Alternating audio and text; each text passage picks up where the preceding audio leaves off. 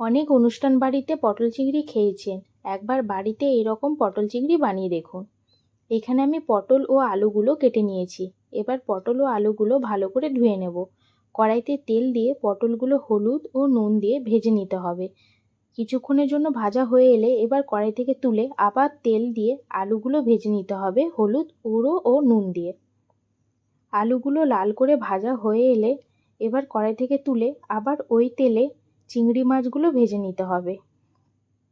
চিংড়ি মাছগুলো ভাজার সময় পরিমাণ মতো হলুদ গুঁড়ো ও নুন দিয়ে চিংড়ি মাছগুলো ভাজতে হবে।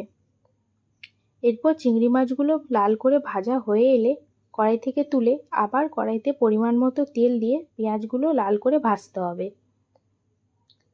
পেঁয়াজ লাল করে ভাজা হয়ে এলে এবার আদা রসুন বাটা দিয়ে মশলাটা ভালো করে কষে নিতে হবে।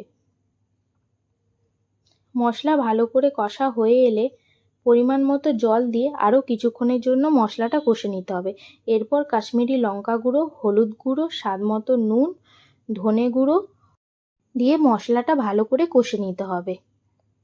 মশলাটা 2-3 মিনিটের জন্য ভালো করে কষে নেওয়ার পর এরপর হালকা জল দিয়ে মশলাটা আরও কিছুক্ষণের জন্য কষে নিতে হবে। এরপর মশলা থেকে তেল ছেড়ে এলে টমেটো পেস্ট দিয়ে মশলার সাথে ভালো করে আরও কিছুক্ষণের জন্য মিশিয়ে নিতে হবে। মশলা থেকে যাতে টমেটোর পেস্টে গন্ধ না ওঠে এর জন্য ভালোভাবে মশলার সাথে কষে নিতে হবে। এরপর মশলার সাথে ভালো করে কষে এলে ভেজে রাখা পটল ও আলু আর চিংড়ি মাছগুলো ভালো করে মশলার সাথে কষে নিতে হবে। এরপর কষে এলে পরিমাণ মতো জল দিয়ে 10 থেকে 15 মিনিট ফুটতে দিতে হবে। ফুটে এলে লঙ্কা দিয়ে ও পরিমাণ মতো গরম মশলা দিয়ে নামিয়ে নিলেই রেডি আমাদের পটল চিংড়ি। এই রেসিপিটা আপনারা সবাই ট্রাই করে দেখবেন। আশা করি সবার ভালো লাগবে।